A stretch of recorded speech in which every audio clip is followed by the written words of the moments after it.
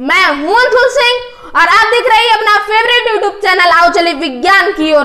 दोस्तों आज की इस वीडियो में हम लोग है ना स्टडी करने वाले हैं माइटोकॉन्ड्रिया के बारे में। दोस्तों से पहले की वीडियो में हम लोगों ने है ना स्टडी किया था माइटोकॉन्ड्रिया के बारे में, तो फिर दोस्तों आज की इस वीडियो में मैं आपको माइटोकॉन्ड्रिया के बारे में आगे जानकारी दूंगा। मतलब कि दोस्तों आज की इस वीडियो में मैं आपको माइटोकॉन्ड्रिया के बारे में और अधिक बताऊंगा, जैसे कि मैट्रिक्स क्या है, क्रिस्टा क्या है, इन सभी चीजों के बारे में बताऊंगा।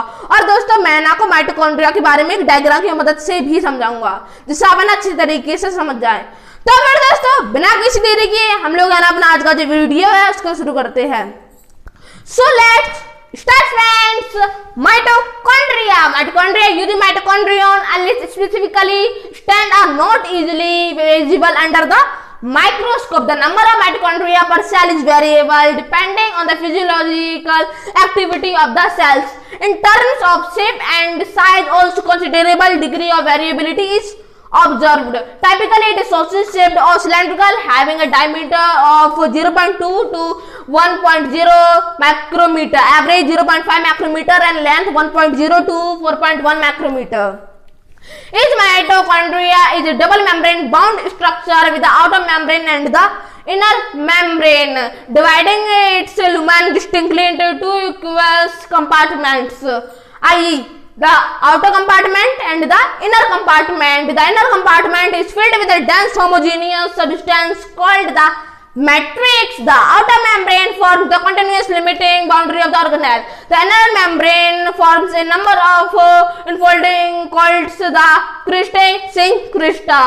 Towards the matrix, the crystal increase the surface area. Mitochondria are the sites of aerobic respiration. They produce cellular energy in the form of ATP, hence they are called powerhouses of the cell. The mitochondria divide by fission. Friends, now let me explain what it means. अब दोस्तों मैं आपको इसका मतलब समझा देता हूँ कि इसका क्या मतलब है। तो माइटोकॉन्ड्रिया है ना डबल मेम्ब्रेन बाउंड स्ट्रक्चर है। Mitochondria are used in mitochondrion unless specifically stand are not easily visible under the microscope. The number of mitochondria per cell is very variable depending on the physiological activity of the cells. In terms of shape and size, also considerable degree of variability is observed. Typically, it is sausage shaped or cylindrical, having a diameter of 0.2 to 1.0 micrometer और average है वह है 0.5 micrometer और length है वह है 1.0 to 4.1 micrometer. इस mitochondria is A double membrane bound structure with the outer membrane and the inner membrane dividing it's lumen distinctly into two equal compartments, जिनके नाम है द आउटर कंपार्टमेंट्स और इनर कंपार्टमेंट्स। अब दोस्तों मैं आपको मैट्रिक्स के बारे में बता देता हूँ क्या मैट्रिक्स है, कि मैट्रिक्स क्या है। तो जो इनर कंपार्टमेंट है वह एक डेंस होमोजेनियस सब्सटेंस से भरा हुआ है, जिसको हम लोग है ना मैट्रिक्स कहते हैं। The outer membrane form the continuous limiting boundary of the organelle. The inner membrane forms a number of enfoldings called a crista towards the matrix. Matrix की ओर इनर मेम्ब्रेन है वह है ना इनफोल्डिंग नंबर्स को form करता है, जिसको हम लोग है ना क्रिस्टा कहते हैं। स्पेलिंग है CRISTAE, पर हम लोग है ना इसको क्रिस्टे नहीं बोलते, हम लोग है ना इसको कहते हैं क्रिस्टा। जो क्रिस्टा है वह है ना सरफेस एरिया को इंक्रीज करता है। Mitochondria are the sites of aerobic respiration.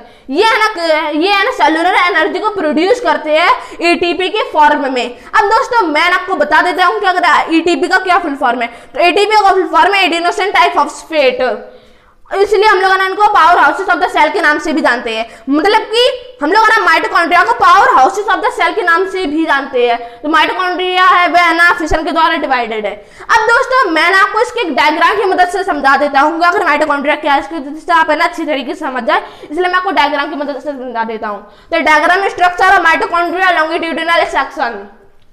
तो इसमें ना आउटर मेम्ब्रेन कहाँ है, तो अभी देखिए दोस्तों ये हमारा है ना आउटर मेम्ब्रेन, जहाँ पे आप देख सकते हैं दोस्तों ये सबसे ऊपर है आउटर मेम्ब्रेन, जिसके बारे में मैंने आपको बताया भी था। आउटर मेम्ब्रेन है, इसके बगल में है ना यहाँ पे इसके नीचे ही है, यहाँ पे इनर मेम्ब्रेन है, जैसे कि आप देख भी सकते हैं इनर मेम्ब्रेन है।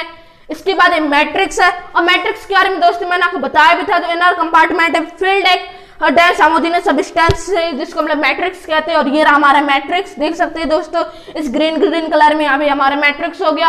अब है ना इंटर मेम्ब्रेन स्पेस कहाँ पे है, तो देखिए दोस्तों ये हमारी है ना इंटर मेम्ब्रेन स्पेस है, जैसे कि आप यहाँ पे देख भी सकते हैं इंटर मेम्ब्रेन स्पेस ये रही।